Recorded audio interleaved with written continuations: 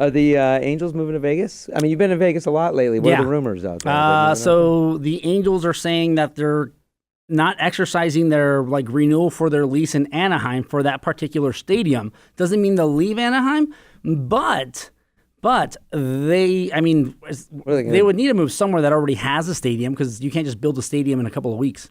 But I could see them being the Los Angeles Angels of Anaheim of Las Vegas. Coming to you pre-tape from the LA Mission College Studios in Los Angeles, California, this is the Best Coast Show presented to you by LA Sports Nation. I'm your host, Albert Aguilera. That's my producer, Curtis Sage. Curtis, when the Dodgers inevitably win the NLCS and clinch in Milwaukee, they will hop on a plane, they will fly back to Los Angeles, land at LAX, where they will be greeted by fans and the mayor, Eric Garcetti. Now, the mayor's going to be there for the plane? He will be leading the charge because Garcetti's a homegrown guy and he is a Dodger he's a big Dodger fan. Yeah. Who does Eric Garcetti give the key to the city to? Austin Barnes or Pedro Baez? Oh, going bold there. Two players that probably nobody in Dodgers Nation thought were going to be the key factors, and they have been. I mean, Barnes taking over for Grandal was huge. I'm going to say a tie. I say both of them right now are They're going to split it? I'm going to say both of them are our MVPs right now. Co-MVPs? Yeah. I mean, we needed this to happen. We needed that change to happen, and Barnes stepped up. That's huge. Barnes didn't step up. What Barnes did was stepped in. He literally stepped up the stairs of the dugout, walked over to the catcher position, crouched, and caught the ball. He caught it. He caught the ball. As a catcher, he started catching. The word catch is in the name. And then the whole series turned around. You know what's funny is because this happened last year. Do you remember this? Yes. Grandal, of course, was our starting catcher all year, and then he had a meltdown the last month of the season, and Barnes caught all the way through the World Series. Is it because Grandal's feeling the pressure of the playoffs, or is it just he's burned? He caught 150 games. Well, it could be that, but remember last year it turned out he had a torn meniscus or something since heard July. Like that. And then Taylor over Dodger Reddit, he's like, oh, December is going to turn out that Yasmani had a tear in his thumb. That's why he couldn't catch the ball. Great. I mean, whatever, then you need to sit on the bench. Yeah. Listen, the strikeouts are one thing, and he struck out a lot. Everyone on the team is striking out. Everybody's striking out. So whatever on that. He's also not moving run is over, not hitting the ball at all in key situations, man on second, third, one out. He's popping up or striking out, literally not had a key hit in weeks. But that's not a big deal. You need someone to catch the ball. We need play calling. You have the ball in your hand. He's just as many times as the pitcher does. I believe he's getting up 4 runs in this LCS. In game one, game one's loss was an anomaly, right? The Dodgers lose that game 6-5, and you can say what you want about either team, but the Dodgers, or Yasmani in this case, historically, literally had the worst game for a catcher in the history of baseball. Wow. No catcher had ever given up 2 errors and 2 pass balls in the same game. Yeah, that's bad. And he didn't do it in a game. He did it inside of 3 innings. And then didn't he strike out twice, too, or 3 times? So he had, historically, the worst game ever for a catcher defensively. Yeah. So that was the anomaly, right? Yes. You weren't expecting that to happen. Meanwhile, Ginger Jesus had 4 strikeouts. You don't ever see him do that. Well, but he came back the next day. He came back the next day. And, I'm not going to say anything negative towards Milwaukee because Milwaukee's been playing their asses off. Yeah, Milwaukee's bullpen has been great-ish. Their starting pitching has been pretty good considering that their starting pitching's, what are they averaging, 2 innings a game? Yeah, pretty much.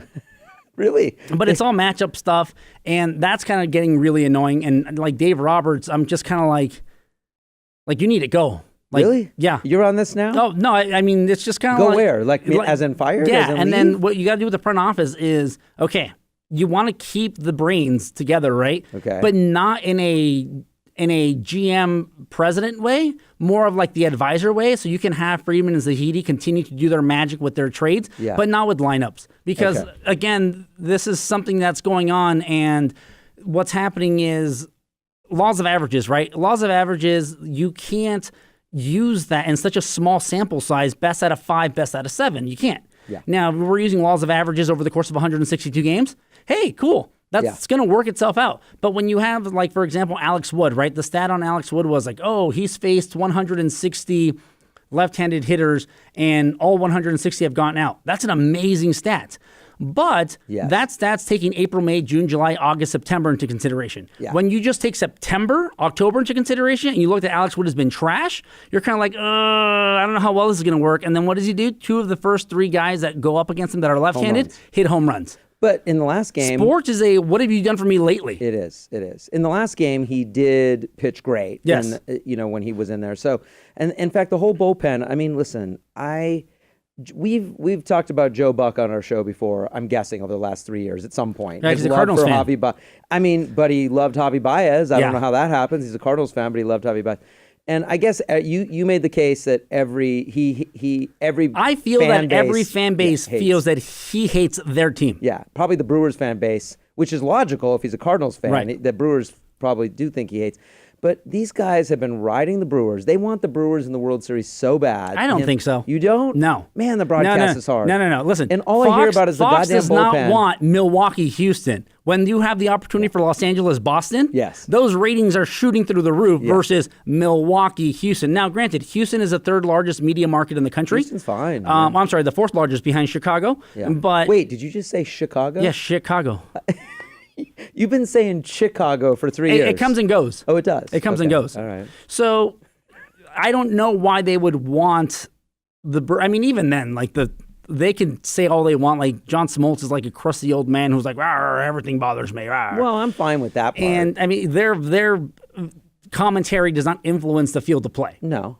It just annoys people on. I got to listen to it. I don't have Joe Davis. You don't. I don't have Joe Davis. I know you don't have Joe Davis. But okay, guys, Nation, I've told you guys this multiple times via the Twitter. If you're at home and you're listening to the game in 5-1 or 7-1, single out their tracks and turn them off. You can do that. Go to the announcer track, which is track 3, and turn it off. Okay, I can't do that because I'm streaming illegally on my laptop. What? And you don't have Big Fox? Everybody has Big Fox. Well, no, Fox but 11? I'm at work a lot of times, and we're streaming the game here because we're playing it for the students and stuff. Right.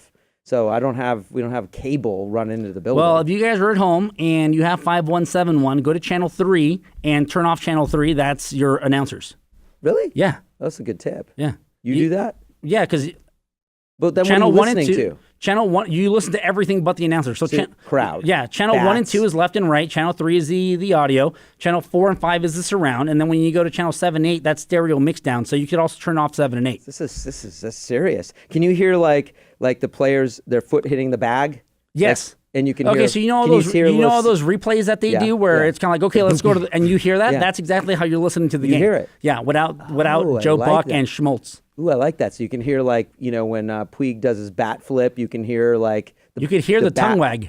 You could hear the tongue wag. You can hear the tongue wag. You can hear him lick the bat, like you can hear that. It's a That'd be sweet. Okay, I have to try that when I'm at home. So let's talk about Yasiel Puig. So he has been struggling, but came up huge in the 6th inning. He gets brought in the 6th inning, and he has 2 hits at the end of the game, both huge. And how about that bat flip? Now, listen. The bat flip single was great because not only does he bat flips, but as he bat flips, he looks over at the dugout and is like, "What's up, guys? What's up?" He was pumped. And then he runs down at first. That's maybe the most pumped I've seen Yasiel Puig. I think he's been so frustrated. He really has had and all the Dodgers have had really frustrating at bats, but I think he's been so frustrated and he wants to try so hard. I mean, he really, he made that, he made that prediction that they were going to, go to the World Series. But it's not like he's playing poorly. It looks like he's not even playing in the outfield. Bellinger started in right field. Right, but that's because, again, stupid Dave Roberts and his matchups that are like, hey, let's make this game 5 hours long and let's burn our entire bench inside of the 3rd inning. David Freese comes out in the 2nd inning. Yeah, well, what's the point of that?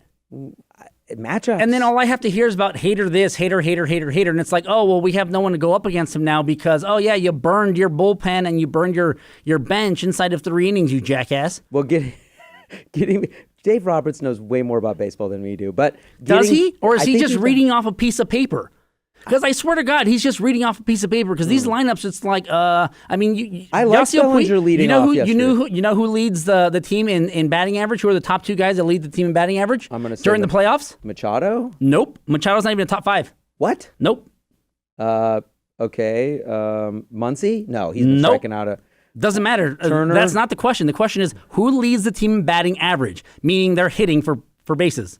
Okay, I'm going to say Peterson and Turner. No, Peterson is top 5 though. Okay, good. Well, Oh, I'm sorry.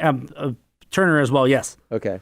Who's Chris Taylor and Yasiel Puig, both hitting 330 really? in 21 and 22 at bats respectively. Oh, They just look like they're performing so poorly because they both have 7 and 8 strikeouts.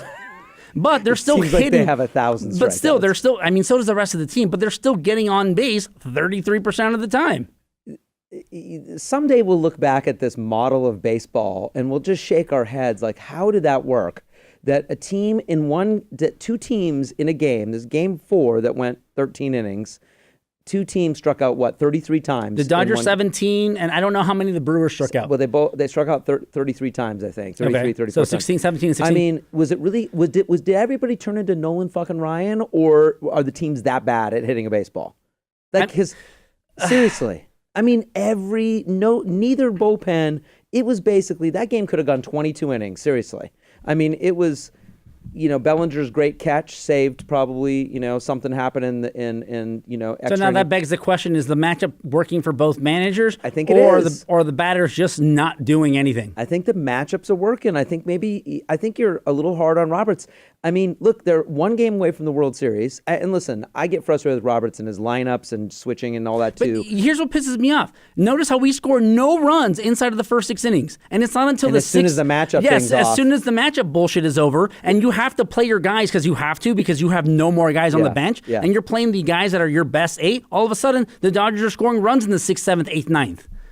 But we're not scoring anything inside the first 5 because matchups. Hey, matchups. Okay. Let's burn our bench. We have way more depth than the Brewers do, so we can do this matchup thing. Yes and no, because... No, because our people coming off the bench, they don't have David Freese coming off the bench. No, they don't, but Kike, what Taylor, Council's been Puig. doing is, okay, let me burn your bench as fast as possible.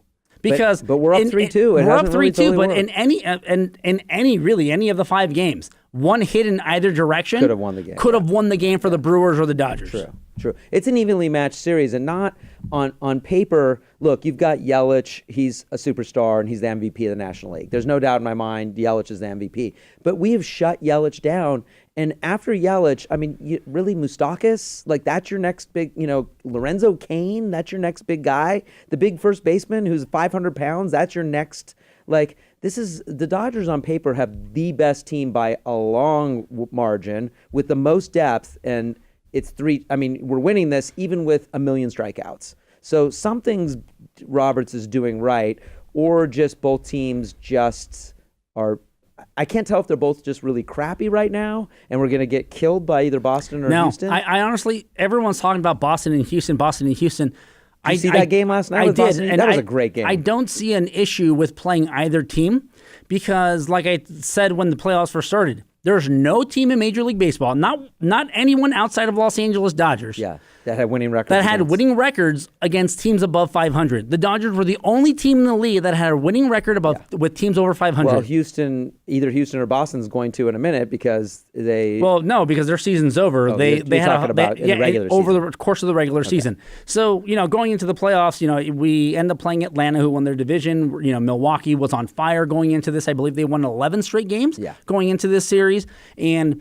We obviously play a different form of baseball than the American League does. In the American League, you're not seeing 27 pitching changes in the first 2 games. You might see that over the course of a 7-game series. Yeah.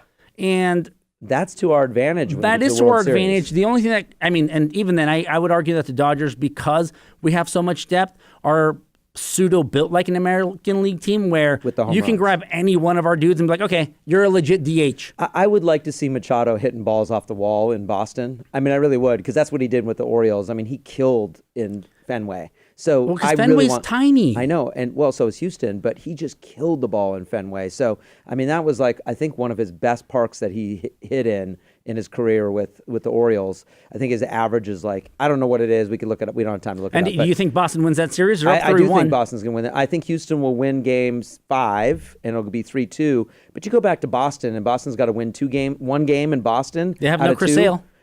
They what? No Chris Sale. Well, it doesn't matter. They still why? He got pulled out. He's hurt. He is? Is he not? I didn't. That's why he started the game 1. Yeah. Price came in for game 2, and when they wanted to have him, how hurt is he? I don't know. I can look it up. Hurt in terms of he's not gonna. So while you're looking that up, let me ask you this. Yeah, Chris Sale ruled out for Game 5 yesterday. Okay. He was hospitalized with a stomach illness. Okay, so he has stomach flu. He could pitch in the World Series. Possibly, but if he has food poisoning, he might be out for 3 or 4 days. I mean, come on, Game 7. He might be out for 3 or 4 days. That will be Sunday or something, right? Yeah. When Game 7 be Sunday, right? But even then, if it's a Game 7, all hands on deck. He's pitching. All hands on deck. Come on.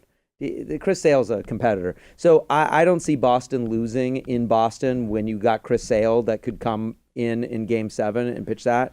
I mean, it'll be a great. I really like that series a lot, actually. I've watched a bunch of the games, and it's great. Both those teams are really, they're playing a lot better than the National League, to be honest. Are they? Yes, they are. Is it because they're both, I mean, you could say it's a Jekyll and Hyde thing where the National League Championship Series has been just wrecking batters, while the American League Championship Series batters have been wrecking the pitchers. Okay, that's true. I mean, the defense has been good in the National League, too. I mean, Bellinger's catch was one of the best catches I've seen this season. The belly flop? Great. That was awesome. And he slid with his arms out like a little penguin. So what about Dick Mountain? Dick Mountain. Are you going to get a Dick Mountain jersey? I 100% would. If the Dodgers... If they win the World Series? No. Anytime he does... I've been wanting with the whole Dick Mountain on the back. No, it's got to say Mountain. Okay, so for you guys don't know, his name is Rich Hill. So Curtis is talking to the but our crew might right not know. now. So his name's Rich Hill, but he's been given the nickname Dick Mountain. It's actually pretty funny. Well, because you call Richards Dick. I think and the opposite of Hill is a mountain. I get that part. I think everybody knows that. These guys aren't really baseball fans, so they're film guys. They don't know the whole Dick Mountain thing. They probably didn't think it was fun. I mean, you hear it and you think it's funny, but when you know his name's Rich Hill, then it's funnier. Tad funnier. Randy Johnson, the big unit. Randy Johnson, the big unit. Yeah, the Johnson unit. I get that part. Yeah, but Randy Johnson. Oh, Randy Johnson. And then Randy is kind of like excited though, right? Right. So he's basically a hard-on and the big unit. He was. I mean, he was. I mean, he had that. So Dick Mountain, it's a creative thing that he put together and that has been said on the broadcast. How come the Dodgers aren't promoting this more? Because the Dodgers PR is very not risque. They try not to. They try not to be funny. It's a good way to put They try to be very corporate. Yes. And they're just like, oh, that might offend somebody. So that's okay. I mean, it's not okay. It's funny. It's the kids. I'm sorry. The Alana Rizzo has said it on the air. She has, and then Joe Davis has said it on the air. Yeah, like people are embracing it because it's an entendre. Said it on the air though. I don't know. If the Bulldog has said it, then we know. I don't know. Then we know it's that I don't know. Okay, but I 100% would get a Dick Mountain jersey. That'd be fun with the whole Dick Mountains embroidered on the back. It would just have to say Mountain. It would just say Mountain? Yeah, because it's the last name. Yeah, but okay, that's cool. Because you putting Dick Mountain across the whole back, that's taking it too far. It's big. That's you. And it's big. Yeah, and that's you purposely trying to like stress a joke. But it's a good one, though. But it is a good one. Do you think you could walk into the team store and have them embroider that there on site? Yes, I'd like Dick Mountain on the back of my jersey. I think they would do it. Yeah. Okay. All right. So whether or not you could purchase it at the store, like the MLB.com store, I don't think so. Okay. No, you can't get it pre-ordered. They don't have those stitched already. I don't think. When are you going to get your Pedro Baez jersey? Holy mackerel. Let's talk about Pedro Baez for a second. Nation, as you guys have been watching us for the last 107 episodes, you know that we have been big supporters of Pedro Baez in a clean inning. In a clean inning. Now, Pedro Baez has not given up an earned run since Meg's birthday, like in mid-August. Yeah. Wow. Yeah. That's like 27 innings so far. Really? And right before the playoffs had started... Knock on that table, dude, because... This is compressed wood. Okay. Right before the playoffs started, we said that if it's Game 7 of the World Series and the Dodgers are up by 1, it's a clean inning, and we need Pedro Baez to come in, I would be more than happy to let him come in. I wouldn't have an issue with it. I would be less nervous with Pedro Baez in a clean inning, Game 7, we need a win, versus Kenley Jensen, who might come in and give up a solo shot. Well, let me say this about Baez. And listen, in a non-clean inning, disclaimer, in a non-clean inning, we're going to boo him because he's trash. No, I'm not going to boo him. I'm going to boo him. Oh, okay. But I'm just going to be scared. Because remember, I'm #fake fan? You are a fake fan. Oh, that's right. Damn. I forgot about that. Here's what I'm going to say about Baez. And, last year, the year before, my big thing was he's a thrower, not a pitcher. Right. But I'm going to tell you that he has become more of a pitcher. He actually can locate his baseball now. There's a huge difference in the last month and a half than any time I've seen Pedro Baez in the past. Somehow he figured it out. Somehow he's pitching pitches that actually hit the catcher's glove, whoever the catcher is, where the catcher is putting their mitt. Normally you'd see Austin Barnes or Yasmani, their mitt's down here, and Pedro Baez, the ball's up here. It's like, this is where they're asking for it, and this is where the ball happens. I think another thing that's been helping him is his pace of play. Because you have Clayton Kershaw who goes out there for 7 innings, right? And gets the ball, does his windup, does a little hitch, releases the ball. Yeah. Gets back on the mound, wind up, hitch, releases the ball. Yeah. Meanwhile, Pedro Baez is like, okay, you wait there. Adjust yourself and your cleats and whatever. I'm going to do my hair. I'm going to go do my hair. I'm going to tuck in my shirt. I'm going to stand up here. I'm going to stare down the catcher. And I'm going to take my sweet-ass time and wait for that counter behind me to almost hit 0 before I throw a pitch to you. Yeah. So I think it kind of weighs in on the batter, too, where they go from Kershaw in the low 90s, pitching at them consistently, to Pedro Baez just kind of like, okay, wind up. Yeah. There you go. Yeah. And I think when he's facing, batters in the American League, I think that'll even be more pronounced in the sense that these guys haven't seen him, and so that's going to be tricky. Right. It's exciting if he can keep this up. Literally, for me, and I thought I'd never say this, so far he's my MVP of the playoffs because of how well he's pitched and kept them into situations, kept them in games.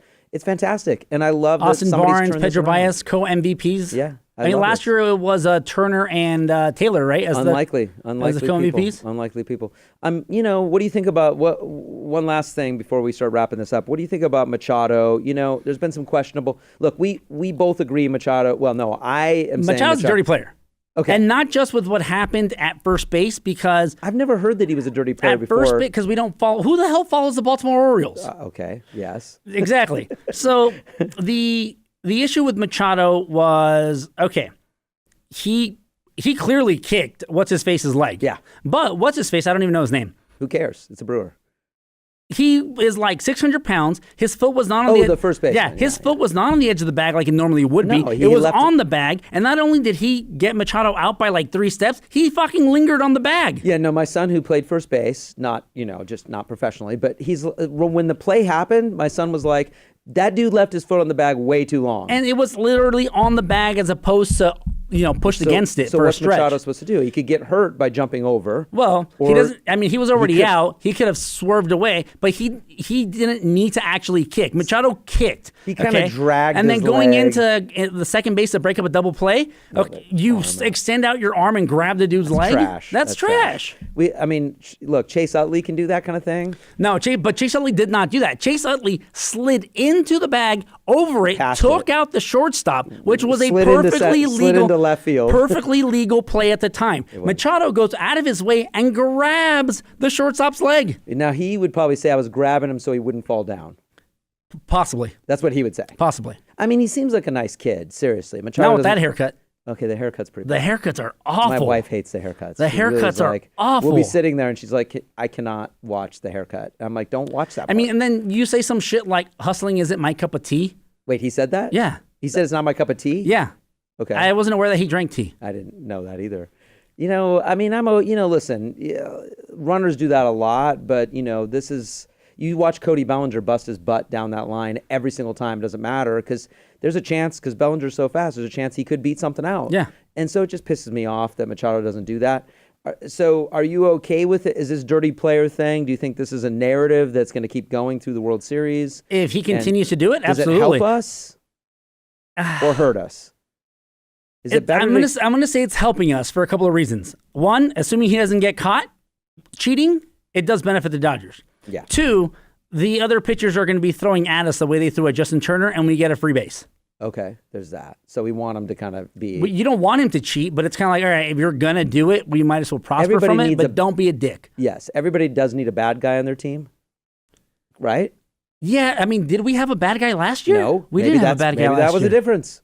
Maybe we needed a bad guy. You've seen Major League, right? Yes. You remember in Major League where the Indians are finally doing well and then they trade with the White Sox for that one catcher that's a total dick? Yeah. That's like Machado on our team. Yeah, well, he's not that bad, but yes. Not that bad, but yeah. Yeah. See, that's what I'm saying. We need that. Maybe we need that. Maybe this is good for the Dodgers that Machado. I know a lot of fans are upset. I mean, listen, he's not going to be on the Dodgers next year. I know you think he and What was Harper his name, Stedman? I think so. Stedman. Yeah. I want Stedman. I know you think that he and Harper are going to be on the Dodgers, and we're somehow miraculously going to extend Kershaw as well. That's not going to happen. Are you sure? Yeah. Listen, I said LeBron to the Lakers. Okay, I said Machado to the Dodgers. You did. What else? I said, what else did I call? I called a bunch of random stuff. I don't know, but those are two big ones. Those were two big ones. And I didn't believe neither of those. Nobody did. Nobody did. I do think Harper is more likely now, especially after the pizza rolls incident. Yeah, can you talk about that? Because not every fan. Okay, yeah, Dodger Nation. So if you don't know about what happened with the pizza rolls, basically the Instagram for Cody Bellinger, he put up a reaction image of everyone going crazy and it said, "Oh, when mom says pizzas for dinner," and then who somebody responded. Another Dodger responded, and after that, PK, I think. And then after that, it was Bryce Harper that came out of nowhere and responded, "Oh, it's like when we were going to have pizza rolls." Boom, Harper to Los Angeles confirmed. That confirmed. That just solidified. Again, he's from Vegas. He grew up a Dodgers fan, and the weather here is significantly better than it is in D.C. Okay, so he's closer to home. You're already pushing Puig out of right field. How old is he? 23, 24? No, I think he's 25. Even then, who cares about giving him a 10-year deal? Yeah, whatever. You're already pushing Puig out of right field. No, well, I mean, you could always throw him in left. Where's Peterson going to go? Or you could throw Bryce Harper in left. Yeah. Because Yasiel Puig has a cannon of an arm. He does. But I mean, Peterson's been playing well. He's been playing well. So that's next year. We got to win this year first. Yeah. All right. So what's our gift of the day? Guys, our gift of the day, this is Dick Mountain going ballistic. He's erupting on a box of High Chews. High Chews are really good. Have you had them? I have They're not like had the little them. Korean candy. They're like the Korean version of Starburst. I'm sure Johnny's really had good. Them. I'm sure Johnny's had really them. good. I do not eat candy, but You don't eat candy. You don't eat meat. Do you eat dairy? Are you a vegan? Yeah, I do. I do eat dairy. Yeah. Like when you talk about food, it always sounds like your diet consists of just beer and like other stuff. Like you get your calorie from beer. Most of my empty calories are from beer. That's where you get your carbs and your calories. Beer's been around for thousands of years. It's good for you. I don't drink a lot of beer, but I drink enough that's what I have to cut other things out. But do you know that Rich Hill apologized to the box of candy? To the box or to High Chew? Maybe to both. Oh. Because he did thrash those quite a bit. That was great. It was really great. That was one of my favorite things so far in the playoffs. And he didn't have a bad outing. I think that Rich Hill was told by Dave Roberts, "Hey, bro, 5 innings, you've given up 3 hits, 1 run. You only have 72 pitches. We're going to pull you." That's why he went ballistic. Oh, you think he was? Oh, I think he went apeshit because he got pulled early. Yeah, it's like I would have said the same thing. I would have been like, dude, I'm 5 innings, 3 hits, 1 run. It wasn't even an earned run. He's been pitching and great. I've only thrown 70 pitches. I can go out there for at least another inning. Let me do this. No, we're going to go to the bullpen for matchups. Okay. Ultimately, Dodgers win that game. That was the 13-inning game, was it not? Yes. So you think that was the High Chews incident was he was pretending that was Dave Roberts' head? Basically. Okay. Yeah, because it's not like he was like, oh, man, I just gave up a grand slam and we're down 4-1. Yeah. Exactly. All right, anyways, but that's been our show. Don't forget to stalk us on Twitter. Don't forget to stalk us on the Instagram for all the behind-the-scenes action. You can catch us on SoundCloud, Stitchers, iTunes, really anywhere podcasts are heard. But that's been our show, and you guys have a good night.